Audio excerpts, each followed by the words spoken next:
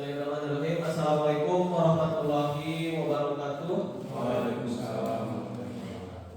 Ya, perkenalan dulu ya. Mungkin ada yang udah tahu. Saya Teten Tarsidi ya. Di sini saya akan menjelaskan tentang diseminasi budaya positif ya. Namun pertama-tama terima kasih kepada Bapak Kepala Sekolah yang sudah mempunyai yang meluangkan waktunya bersama rekan guru lainnya ya. Sebelum ke diseminasi budaya positif, alangkah lebih baiknya kita mulai dengan Bismillah terlebih dahulu. Bismillah dimulai. Bismillahirrahmanirrahim. Nah, untuk yang pertama ini kan untuk pengantar ya, saya tuh akan menjelaskan tentang diseminasi budaya positif ya dari program guru penggerak yang sebelumnya yang saya ikuti itu dari modul pertama tentang filosofi KHD, yang kemudian tentang nilai dan peran guru penggerak, yang ketiga tentang visi dan prakarsa, yang keempat tentang budaya positif. Nah, langsung saja ya. Di sini saya akan menjelaskan tentang diseminasi budaya positif. Nah, budaya positif itu ada beberapa bagian ya. Yang pertama itu tentang pembelajaran paradigma baru.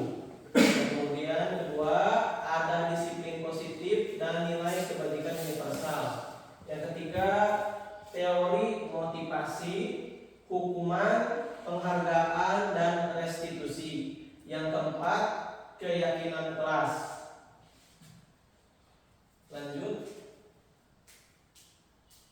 Nah, kemudian yang kelima ada kebutuhan dasar manusia. Yang keenam 5 posisi kontrol. Yang selanjutnya segitiga restitusi ya.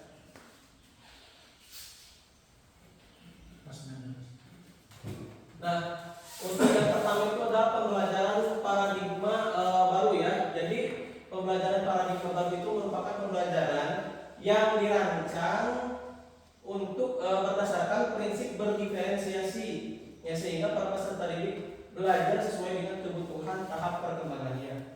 Nah, ini sesuai dengan teori psikologi modern untuk mewujudkan profil pelajar Pancasila. Nah, jadi di sini ketika siswa itu mempunyai keunikan, minat dan bakat yang berbeda, kita sebagai guru juga harus memberikan pendidikan atau pembelajaran yang berbeda ke setiap siswa tersebut. Misalkan dalam satu kelas si A itu lebih condong pemahamannya dalam pembelajaran visual atau gambar-gambar, sedangkan siswa si B lebih condong kepada pemahaman yang lebih ke audio. Nah, yang C itu audio visual.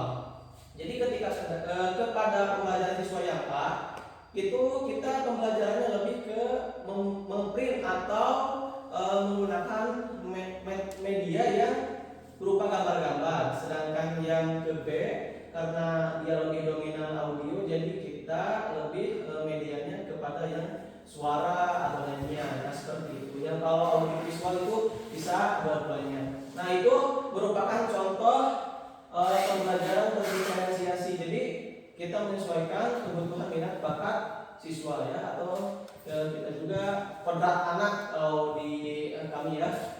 Kemudian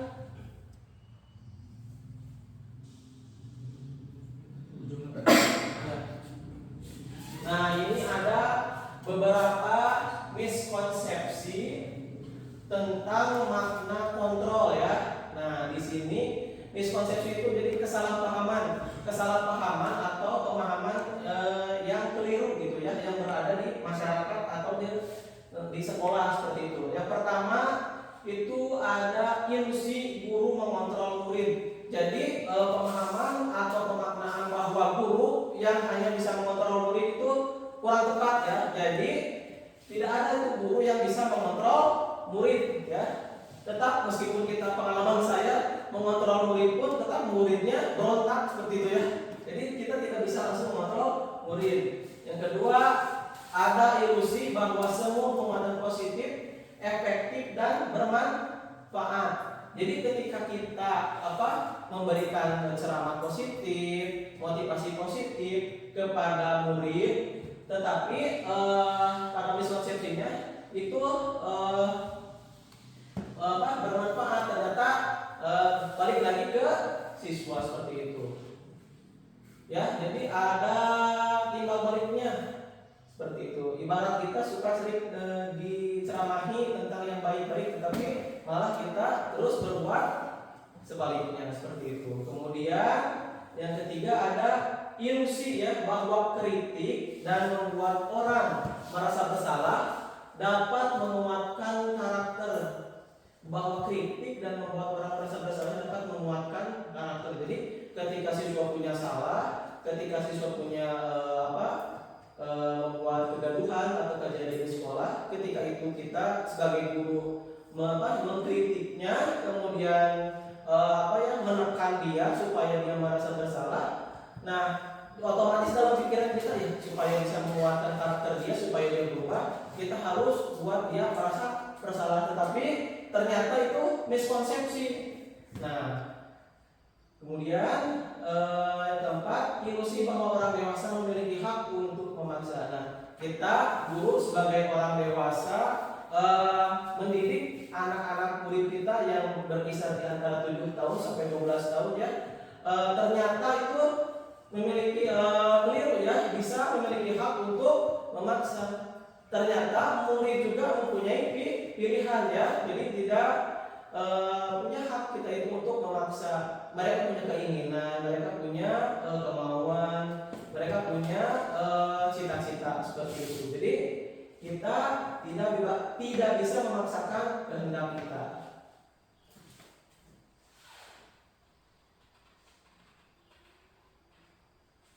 Nah, ini ada tabel tentang merubah paradigma stimulus respon ke pendekatan teori kontrol.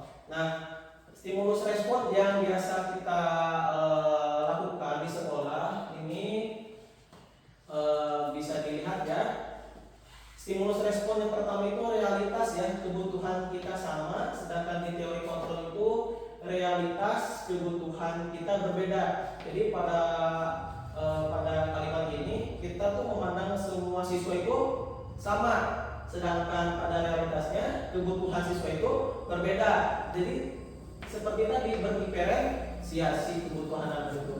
Kemudian semua orang melihat hal yang sama, sedangkan di teori kontrol setiap orang memiliki gambaran yang berbeda.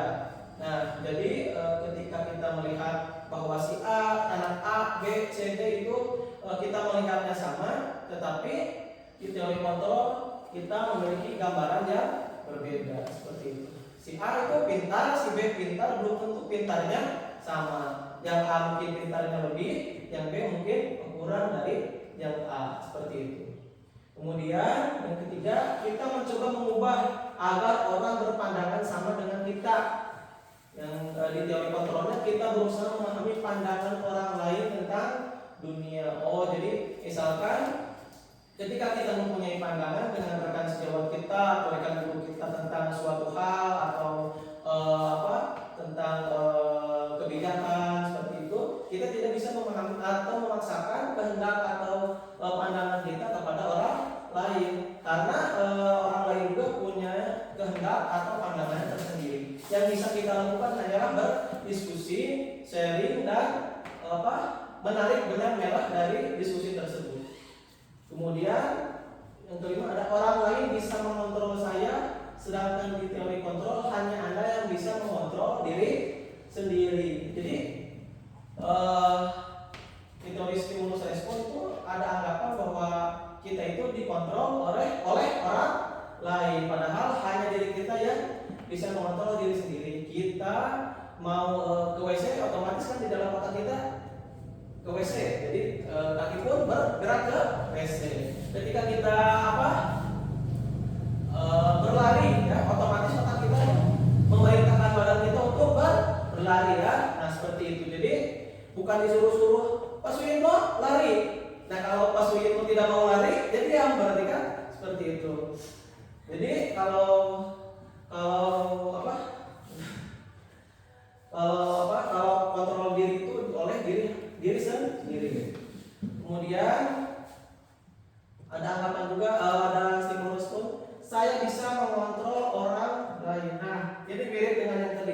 di teori kontrolnya Anda tidak bisa mengontrol orang lain ya. Orang lain punya hak, punya kewajiban, punya cita-cita, punya pendirian.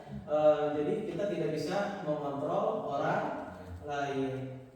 Ya, tetapi mungkin alternatifnya kita bisa berdiskusi, memiliki pandangan yang sama, kebijakan yang sama, menggunakan win-win solution. Jadi mana yang enak di kita, mana enak di teman kita, seperti itu. Kemudian ada pemaksaan pada saat bujukan gagal. Jadi ketika kita memulai membujuk, misalkan membujuk siswa atau rekan kita, ya contohnya siswa sering bolos atau sering jajan buang sampah sembarangan. Ketika kita sudah bujuk karena jengkel, kita paksa atau marahi, seperti itu. Nah itu, tapi ternyata di dalam teori kontrol, kolaborasi dan konsensus menciptakan pilihan-pilihan yang baru. Jadi membuat pilihan dengan siswa, misalkan nanti untuk bisa membuang sampah sembarangan itu dapat bintang 1 misalkan, atau ketika sudah banyak dapat bintang 3, 4, 5 seperti itu. Jadi melalui penghargaan. Kemudian ada juga model berpikir menang atau kalah. 2 pilihan ya di stimulus respon. Jadi modelnya itu atau berpikirnya itu menang atau kalah. Sedangkan di teori kontrol, model berpikirnya itu menang. Nah, jadi stimulus respon itu ketika kita tidak kita bujuk seseorang tidak mau, tapi kita ya udah dianggapnya kita kalah, seperti itu. Ketika kita bisa membujuk orang lain atau siswa, dianggapnya kita menang. Sedangkan teori kontrol, ketika kita belum bisa membujuk siswa atau orang lain, terus kemudian kita berpikir inovatif atau win-win solution yang lain, kita bisa menang juga dengan menarik teman kita atau siswa kita yang lain, seperti itu. Nah ini untuk merubah paradigma stimulus respon ke pendekatan teori kontrol. Jadi sekarang itu di sekolah atau di pembelajaran kita itu ditekankannya kepada teori kontrol, seperti itu. Nah coba saya ingin mempraktekkan tentang teori kontrol terlebih dahulu. Bu Yang sama Bu Deti silakan ke depan ya.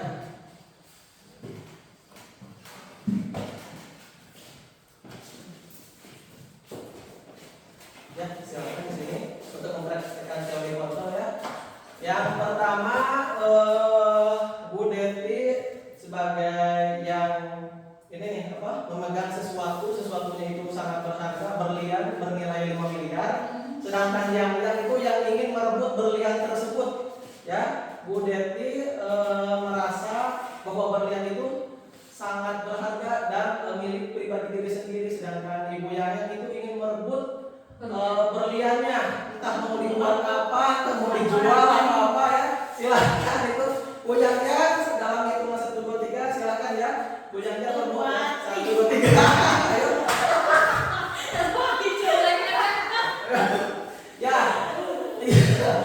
Jadi mau dikelek-kelek, mau dirayu, jadi Bu Deti tetap itu mau dilepasin 5 miliar atau apa? Hah? Dilek-kelek ya terpaksa dilepasin. Mau dilepasin. Kalau misalkan uang beneran 5 miliar jangan. Udah sekali lagi ya, siap. 1, 2, 3. Bebas yang caranya. Dilek-kelek.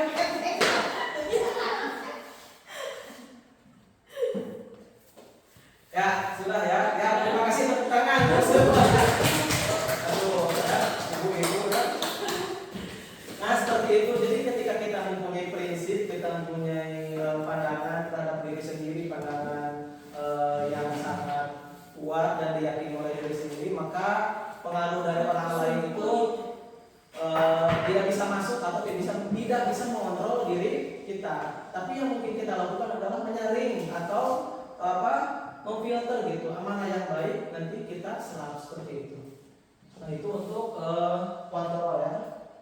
Kemudian di sini ada disiplin positif ya. Nah disiplin ini berasal dari bahasa Latin disiplina yang artinya belajar dan merupakan salah satu penerapan disiplin yang bertujuan untuk menumbuhkan kesadaran serta memberdayakan peserta didik tanpa imbalan, penghargaan, ancaman atau hukuman. Nah, tujuannya agar menciptakan peserta didik yang bisa berperilaku mengacu kepada nilai-nilai kebajikan dan memiliki motivasi intrinsik ke dalam perubahan perilaku yang lebih baik. Nah, ini disiplin positif.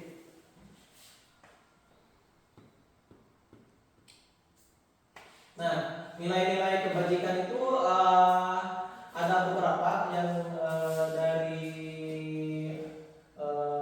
kurikulum sekarang. Yang pertama itu dari profil pelajar Pancasila.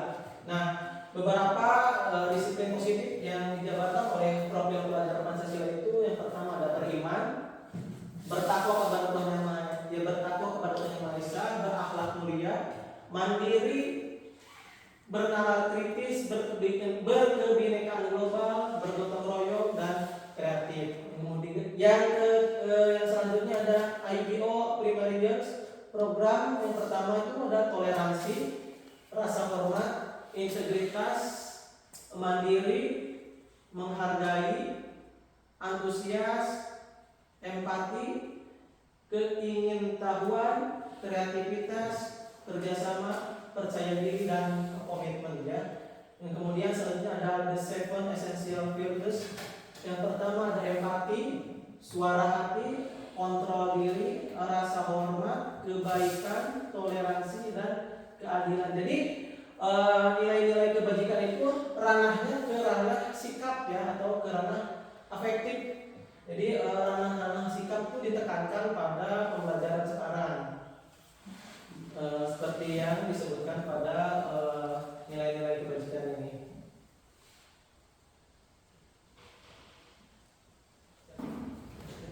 Nah, untuk yang selanjutnya ada motivasi perilaku manusia. Ya, motivasi ini terdiri dari intrinsik dari dalam diri kita sendiri, kemudian yang kedua ada dari ekstrinsik atau dari luar. Nah, untuk yang intrinsik itu untuk menjadi orang yang mereka inginkan dan menghargai diri sendiri dengan nilai-nilai yang mereka percayai. Jadi intrinsik itu dimulainya motivasi dari diri sendiri, biasanya dari keyakinan, dari keinginan, dari cita-cita, ya, kemauan. Nah, itu dari diri sendiri atau intrinsik. Sedangkan dari ekstrinsik bisa mendapatkan imbalan atau penghargaan dari orang lain, atau menghindari ketidaknyamanan atau hukuman ya. Misalkan kita terbiasa pakai helm kalau di jalan raya, tetapi ketika kita harus berjalan keluar kota dan banyak lampu merah, banyak polisi ya, maka kita memakai helm, mau tidak mau pakai helm ya. Itu motivasi ekstrinsik ya, untuk menghindari ketidaknyamanan atau hukuman. Seperti itu. Kemudian yang selanjutnya, nah di sini dijelaskan tentang bentuk penerapan disiplin positif. Bentuk penerapan disiplin positif ini ada 3 ya, yang kita ketahui selama ini. Ternyata hukuman yang kita ketahui itu hukuman konsekuensi. Nah, ini institusi agak baru ya. Yang pertama hukuman tadi ya. Nah, itu hukuman itu stereotipnya atau kedengaran itu negatif seperti itu. Di mana-mana pun kalau dihukum itu pasti negatif. Kemudian yang dihukum itu pasti dipaksa. Nah, terus hukuman itu biasanya dibuat oleh guru, mendorong menyalahkan diri atau korban ya, seperti itu. Terus tiba-tiba tidak diharapkan atau sangat melukai atau trauma ya, bisa menyebabkan trauma. Sedangkan konsekuensi itu sifatnya itu netral, stimulus, respon, kemudian dibuat oleh guru dan murid atau anak, mendorong kepatuhan, sudah diketahui, masuk akal. Nah, sudah diketahui ya, sudah diketahui. Jadi kalau saya jelaskan konsekuensi itu sudah diketahui. Jadi kesepakatan juga ya bersama siswa. Jadi ketika misalkan disuruh untuk tidak makan di kelas, peraturan di kelas misalkan tidak membolehkan makan di kelas, dan hukum konsekuensinya itu membersihkan kelas atau menyapu kelas ketika bulannya. Dan ketika ada siswa yang melanggar, maka konsekuensinya itu harus membersihkan kelas karena sudah diketahui seperti itu. Kemudian juga ada restitusi. Nah ini hal yang baru atau pembelajaran yang baru. Ini bersifatnya positif, teori kontrol dibuat oleh murid atau anak, kemudian mendorong disiplin positif berupa undangan untuk mengadakan restitusi. Jadi restitusi itu mirip seperti konsekuensi, tetapi lebih ke refleksi diri. Jadi refleksi diri itu menyadarkan siswa tentang kesalahannya, tentang tanggung jawabnya seperti itu. Singkatnya ya, nanti dijelaskan. Nah, ini ada beberapa penerapan budaya disiplin positif yang dilakukan oleh SD 3 Banjaran ya.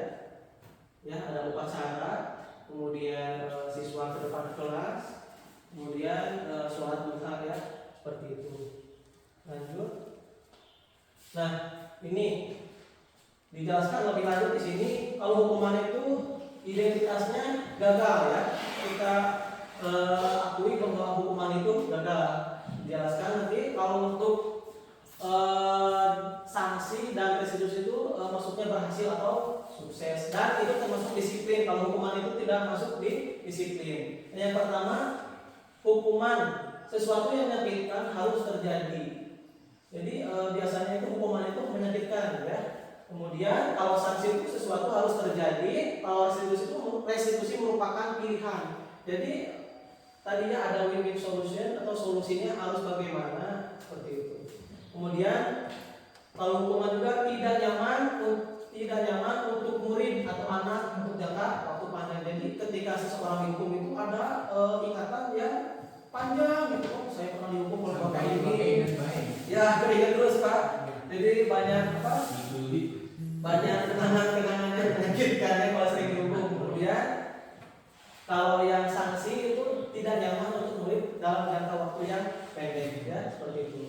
Jadi tidak seperti hukuman. Kalau restitusi itu menguatkan untuk murid anak dalam jangka waktu panjang, seperti itu. Jadi restitusi itu menggunakan win-win solution, solusinya bagaimana, penerapannya bagaimana, kedepannya mau bagaimana, seperti itu. Kemudian kalau hukuman itu merasa jadi korban ya, tapi mendapatkan keadilan ya, itu hukuman. Kemudian yang sanksi itu korban bisa diabaikan, yang restitusi korban mendapat ganti ya.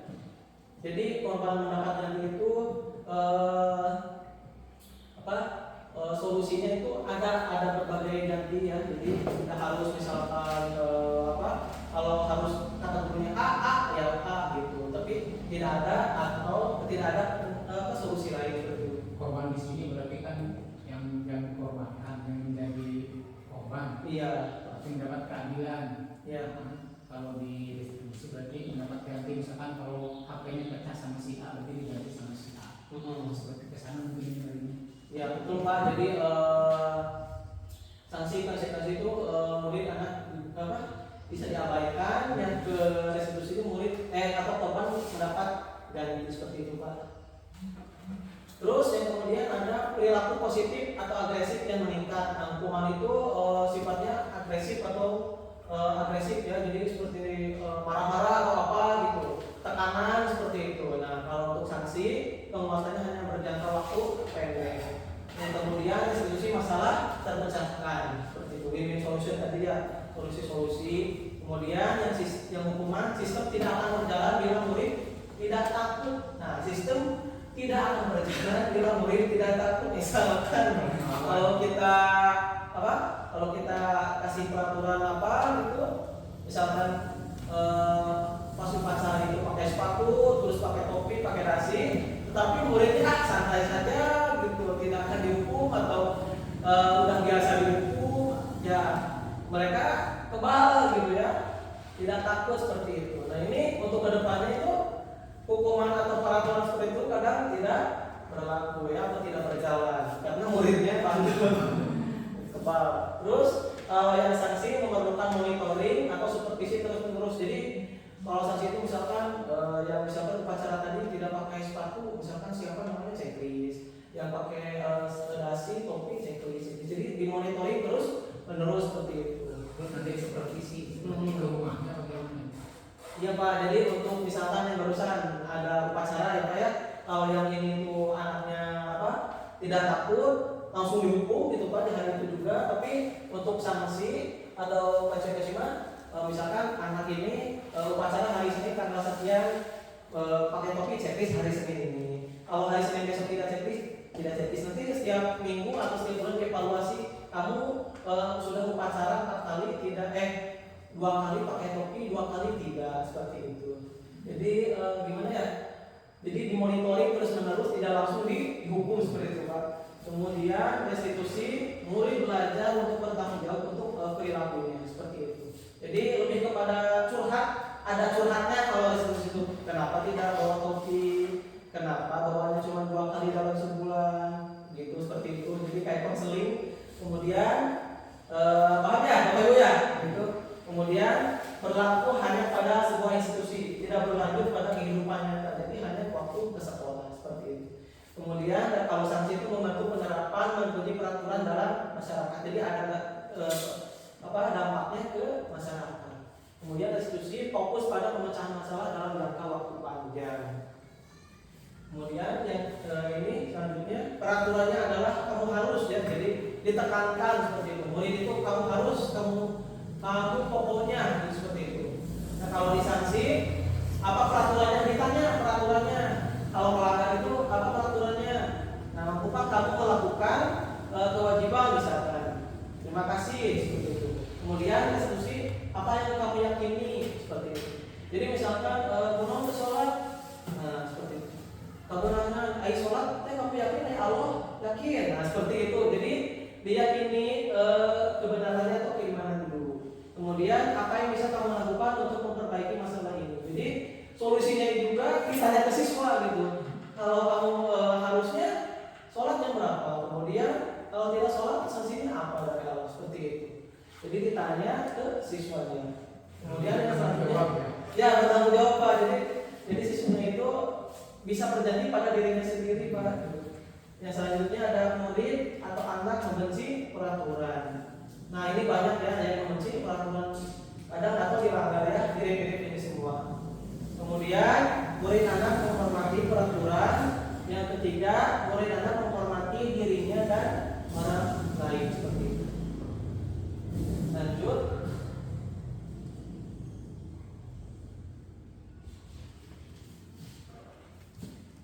Selanjutnya ada kebutuhan dasar manusia. Yang pertama itu kebutuhan bertahan hidup ya.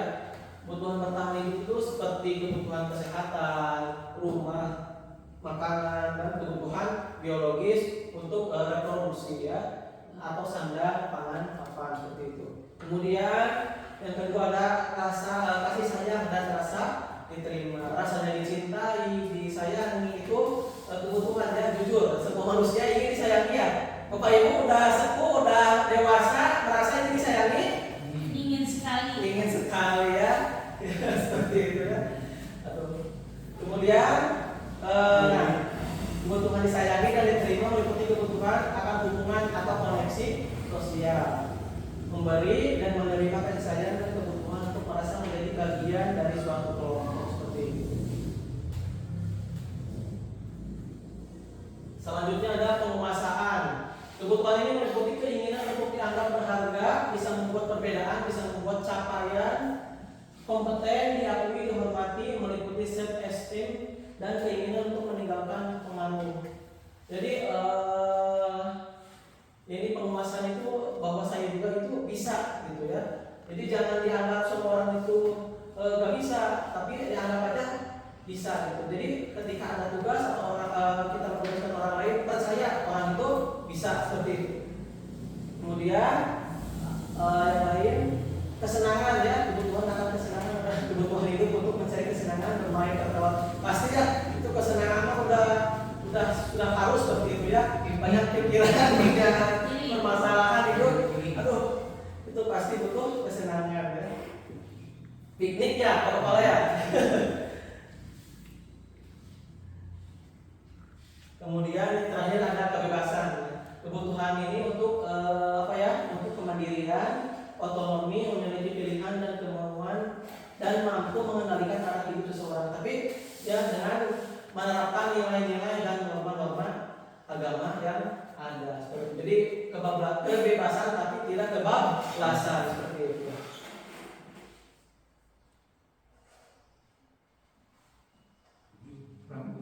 Nah, ini ada beberapa posisi guru yang diterapkan dalam pembelajaran di sekolah. Ini ada beberapa foto saya yang sedang mengajar ya. Nah, ini beberapa posisi ya, posisi sedang bermain, diskusi di luar, ya. Apa itu? Menunjukkan nasional, Pak.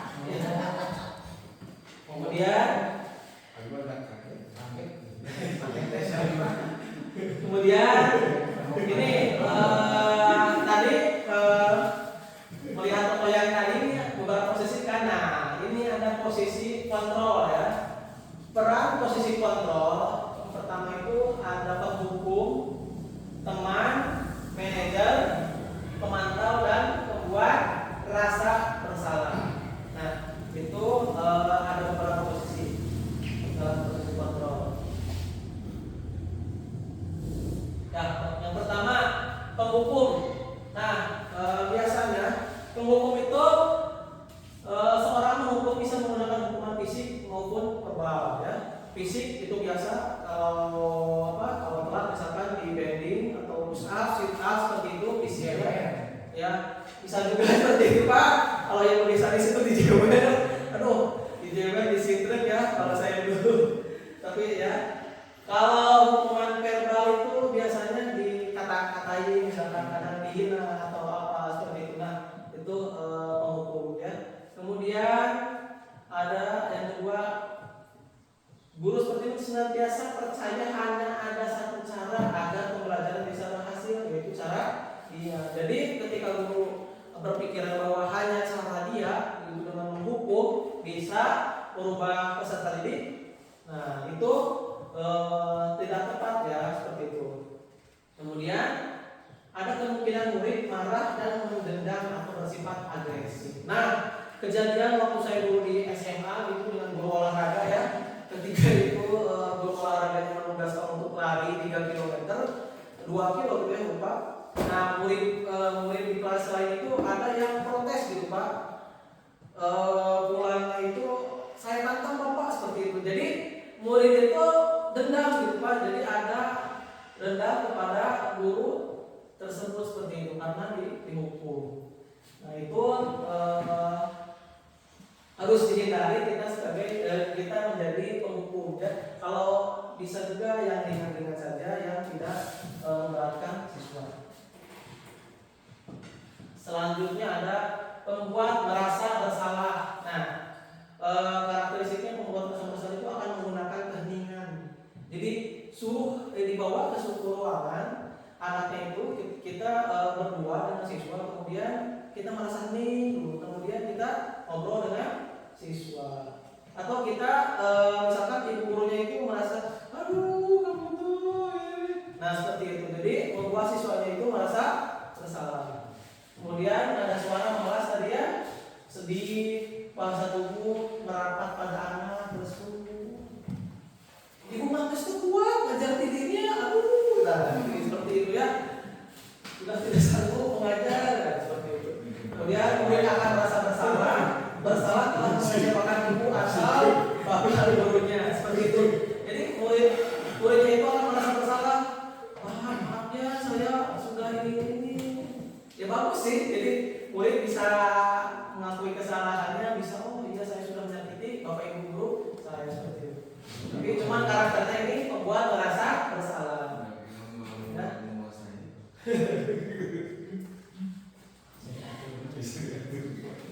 Ya, tapi di sini kebanyakan merasa bersalah itu muridnya anteng aja gitu, tidak merasa. Ya, tapi ini dicoba seterusnya ya. Kemudian pelajarannya apa?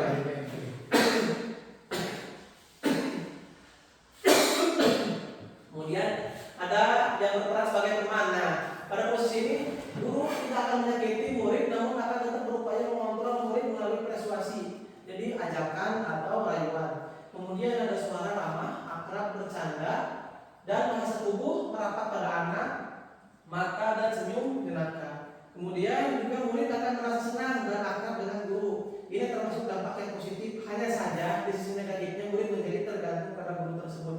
Nah, saya tambahkan ketika kita merasa berteman atau satu level dengan anak itu kadang murid itu suka tawar-menawar ya dengan gurunya. Pak, disuruh misalkan menulis atau menjawab pertanyaan ini, muridnya karena sudah dekat dengan kita nawar, ingin 2 pertanyaan, 3 pertanyaan, atau Pak sambil duduk, sambil rebahan atau di lantai seperti itu. Nah, solusinya adalah menjaga marwah dan wibawa kita sebagai guru meskipun kita bisa berteman dengan siswa.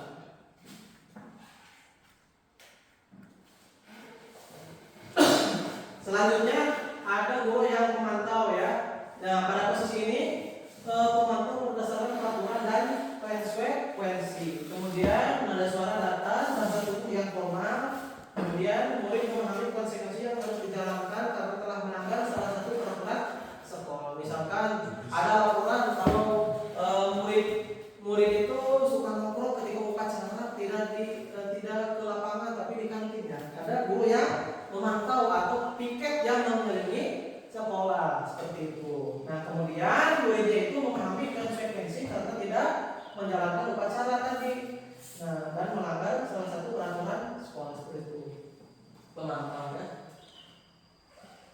Kemudian selanjutnya manajer. Nah, guru sebagai manajer. Nah, ini posisi di mana guru berbuat sesuatu bersama dengan murid, membereskan murid, mempertanggungjawabkan perilakunya. Kemudian ada suaranya tulus, bahasa tubuh tidak kaku mendekat ke murid. Nah, di sini juga guru akan mengembalikan tanggung jawab pada murid untuk mencari jalan keluar permasalahan itu dengan bimbingan guru. Nah, jadi seperti ketika di dalam kelas, bagaimana mau masuk jam berapa, keluar jam berapa, kemudian istirahat jam berapa. Kemudian yang piket hari Senin siapa saja, Selasa, Rabu, Kamis sampai Sabtu siapa saja. Seperti itu. Jadi guru bersama murid itu membuat peraturan atau kesepakatan di kelas bersama-sama. Jadi ketika ada yang melanggar, dikembalikan lagi ke murid. Jadi karena mereka juga ikut berpartisipasi membuat kesepakatan tersebut. Kemudian yang terakhir ada keyakinan kelas. Nah, keyakinan kelas itu mirip dengan kesepakatan kelas tadi ya. Nah, nilai-nilai kebajikan baru menekankan pada keyakinan seorang akan lebih memotivasi seseorang dari dalam. Jadi keyakinan kelas itu atau peraturan atau kesepakatan kelas itu memotivasi dari dalam karena tadi dibuatnya bersama-sama. Biasanya prinsipnya itu pernyataannya universal, dibuat dalam bentuk positif, bersifat lebih abstrak dari peraturan yang ada. Kemudian keyakinan kelas lewat kegiatan surah pendapat atau surhat gitu ya bersama murid. Yang pertama ada contohnya ini, selalu berdoa dan menjalankan kewajiban sesuai kepercayaan, bekerja sama menjaga kebersihan kelas, saling peduli, menghargai dan membantu satu sama lain, kemudian mengerjakan tugas tepat waktu dan aktif belajar di kelas. Yang selanjutnya tepat waktu dan terlibat dalam kegiatan di sekolah. Nah, ini ada keyakinan kelas atau kesepakatan kelas yang tadi juga kalau piket, kalau pulang jam berapa, masuk jam berapa, seperti itu juga termasuk keyakinan atau kesepakatan kelas.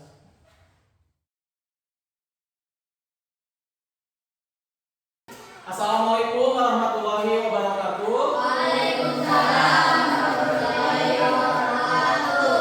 Selamat pagi anak-anak. Pagi. Ya, sudah sarapan? Sudah. Bagus ya. Kalau sudah sarapan ya berarti siap untuk belajar. Nah, yang belum juga nanti silakan bisa jadi waktu istirahat. Oke, sebelum kepada pembelajaran, Bapak punya sesuatu yang Bapak sampaikan. Tahu peraturan kelas? Oh ya, peraturan kelas itu biasanya sudah ada di dinding ya, dicatat atau ditulis oleh guru atau sekolah ya. Itu peraturan sekolah atau kelas ya, ada ya peraturan sekolah juga. Nah, di sini Bapak dan kita semua akan membuat kesepakatan kelas. Apa? Atau disebut juga keyakinan kelas. Nah, di sini jadi kita buat peraturan khusus di kelas kita ya, khusus di kelas kita. Jadi peraturannya berlaku untuk kelas kita karena dibuat oleh kita ya, Bapak dan kalian ya. Siap ya? Oke ya. Bapak contohkan dulu. Kesepakatan kelasku sama seperti peraturan kelas, cuma usulannya itu bisa dari kalian. Coba kalau Bapak usulkan yang pertama itu jangan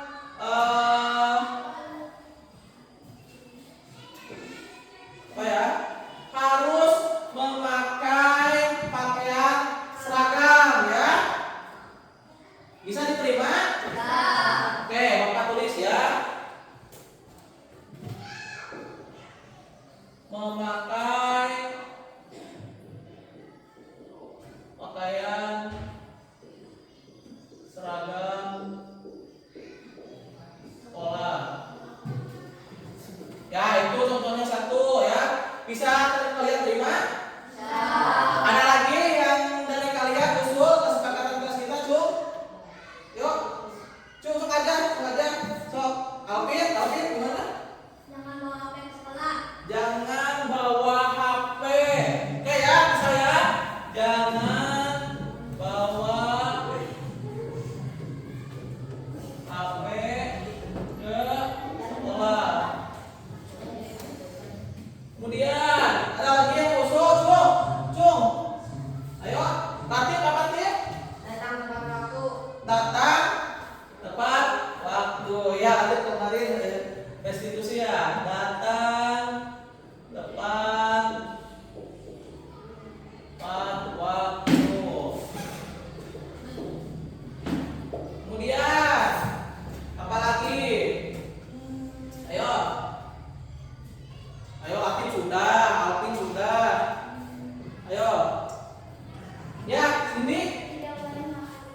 Tidak boleh makan di kelas. Tidak boleh makan di kelas. Kemudian, ayo 10 aja 10. Ada lagi? Percaya loh Bapak. Ayo, Eka, Zita. Apa? Jangan kesiangan. Oke. Jangan kesiangan. Tadi sudah ya. Mirip ya, datang tepat waktu. Ya, sama-sama. Apalagi? Wi? Jangan heureuy berarti apa ya? Jangan ribut ya. Jangan ribut di kelas. Kemudian apa lagi? Ya, Riko. Jangan buang sampah di terus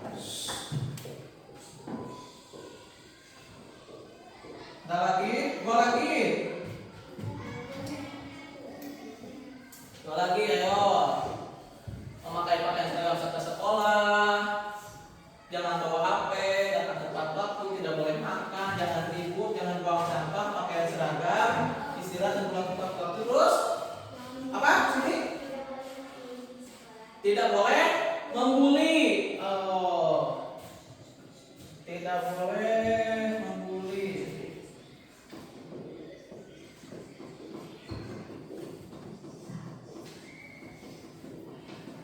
di sekolah. Terus satu lagi. Ayo. Ayo, satu lagi. Tidak boleh membuli. Kemudian satu lagi, ayo Wi.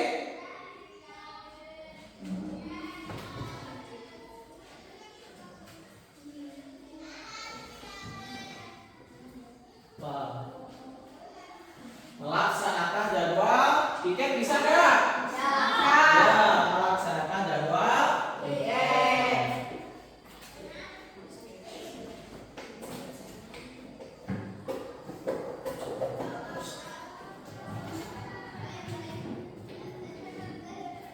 Nah, ini sudah ada 10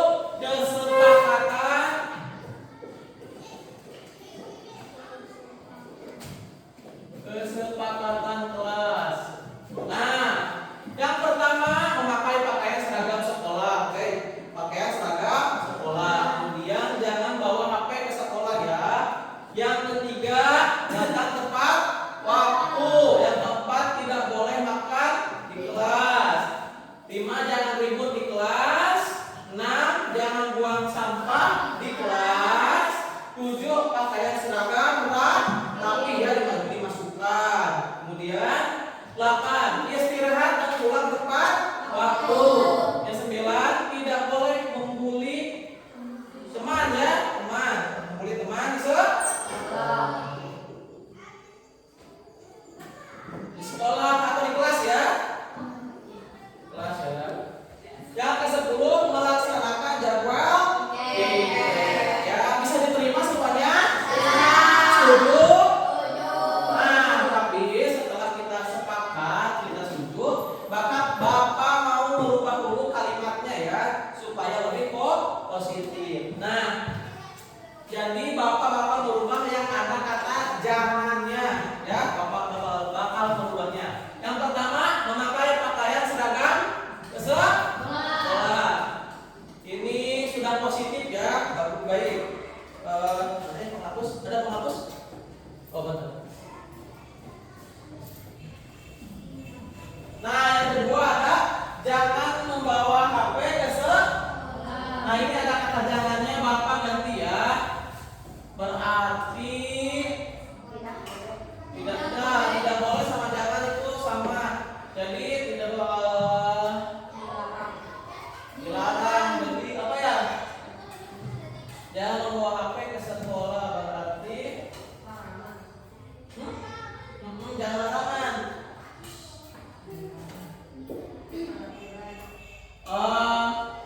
Simpan HP di rumah, gitu ya? Bisa ya?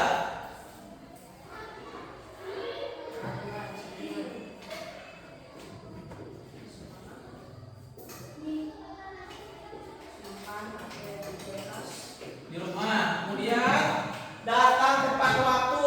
Tidak ada kata jangan ya. Dah positif berarti ya. Tidak boleh makan di kelas. Tidak boleh, ada kata tidak bolehnya berarti Bapak rubah ya. Tidak boleh berarti makan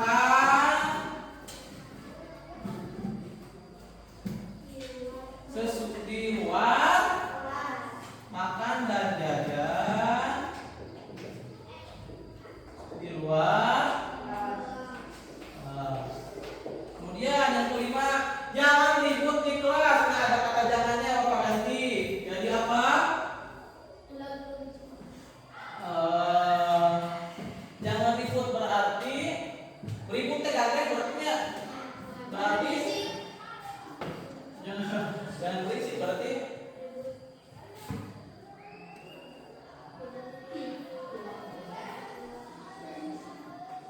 di kelas harus tenang. Bisa ya? Nah, kemudian keenam, jangan buang sampah di kelas. Nah, ada kata jangannya. Berarti apa? Buang sampah pada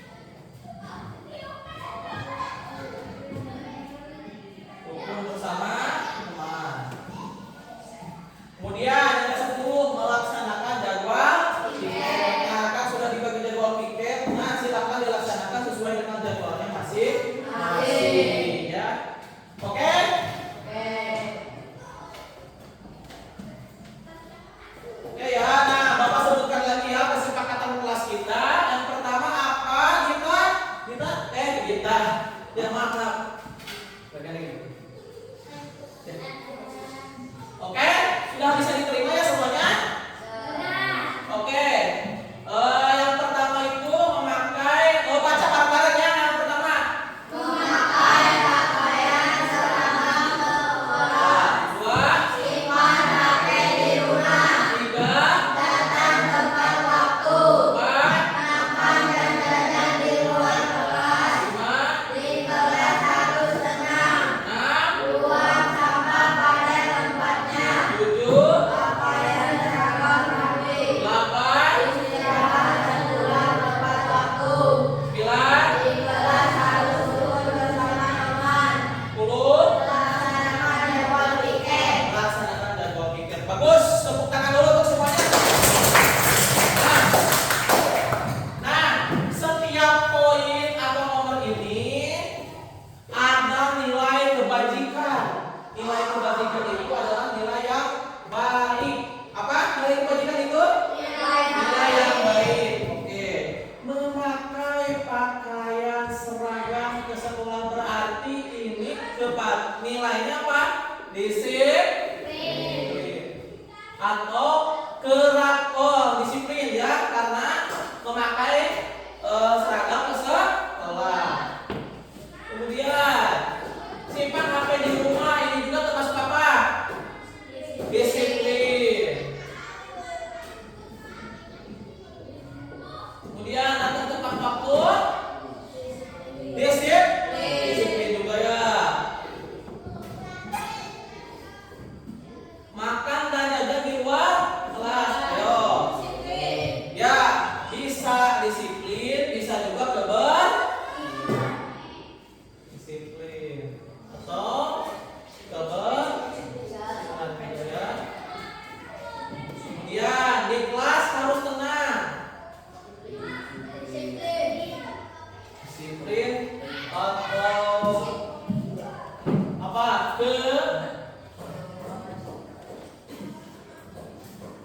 Disiplin ya, bolehlah disiplin. Kemudian buang sampah pada tempatnya, apa? Yes. Betul? Betul. Pakaian seragam rapi. Disiplinnya masuk juga ya, disiplin atau kerapian juga masuk. Kemudian setelah apa? Istirahat dan pulang tepat waktu, masuk di mana? Disiplin. Disiplin. Kemudian di kelas harus rukun bersama teman. Apa ini? Hah? Rukun. Saling menghargai.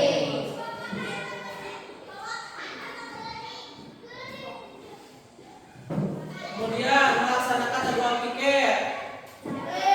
Disiplin. Oke ya. Jadi kesepakatan kelas kita itu yang pertama memakai pakaian seragam ke sekolah itu termasuk nilainya apa? Disiplin. Kemudian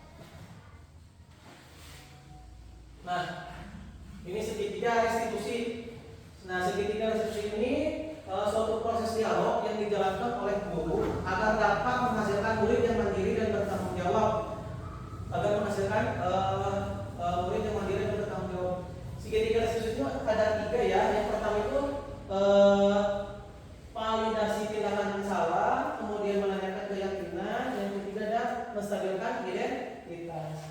Tidak berpatokan, misalkan tidak harus ini yang pertama, ini yang kedua, ini yang ketiga, tetapi bebas ya, misalkan ini dulu, ini yang pertama, ini yang kedua, ini yang ketiga.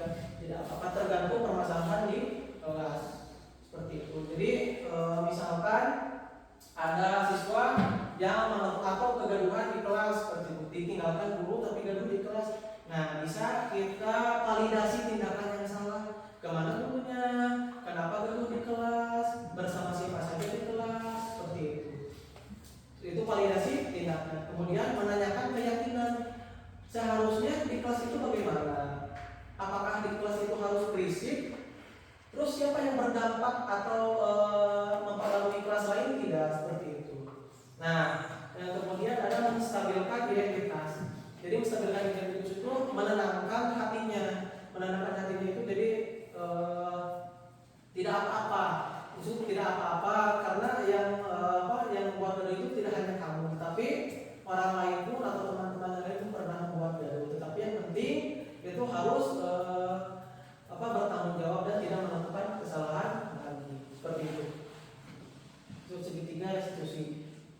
Nah, ini ya menstabilkan identitas, mengubah identitas anak yang gagal atau melakukan kesalahan menjadi orang yang sukses atau bertanggung jawab. Anak yang melanggar peraturan sering mencari perhatian, yaitu anak yang sedang mengalami kegagalan. Ada beberapa berbuat salah itu, jadi kalimat-kalimatnya ada beberapa berbuat salah itu tidak apa-apa, tidak ada manusia yang sempurna. Saya juga pernah melakukan kesalahan seperti itu. Kita bisa menyelesaikan ini seperti itu. Jadi ketika anak itu merasa dihukum atau diceramahi atau ditekan, kita sampaikan kalimat-kalimat seperti ini supaya kesedaran ya. Kemudian ada validasi tindakan yang salah. Jadi menanyakan penyebabnya mereka gaduh tadi seperti itu. Gaduh karena apa? Misalkan seperti itu. Karena teman-teman yang lain ajakan atau ingin atau apa seperti itu. Terus alasannya kenapa? Terus melihat dampaknya apa seperti itu. Kemudian mendasari sebuah tindakan ya. Validasi tindakan. Kemudian menanyakan keyakinan kelas. Jadi ketika kita restitusi itu menyadarkan anak ya secara internal bahwa tingkah laku yang salah itu bisa diperbaiki seperti itu. Dengan cara kita menanyakan kembali kesepakatan kelas, peraturan kelas, keyakinan kelas seperti itu. Kalimatnya bisa kita baca itu apa yang kita percaya sebagai kelas ya. Kemudian apa nilai-nilai yang kita sepakati. Kemudian apa bayangan kita tentang kelas yang ideal. Kamu mau jadi orang yang seperti apa? Jadi menanyakan keyakinan baik itu di kelas maupun kepada dirinya sendiri begitu. Nah, ini ada contoh video restitusi saya. Latih mengulangi kalimat. Kemudian mengulangi kalimat. Ya, tadi ya. Jadi kalau Bapak lihat lagu itu kata pendapat ya. Kata pendapat. Kenapa bisa pendapat nanti? Video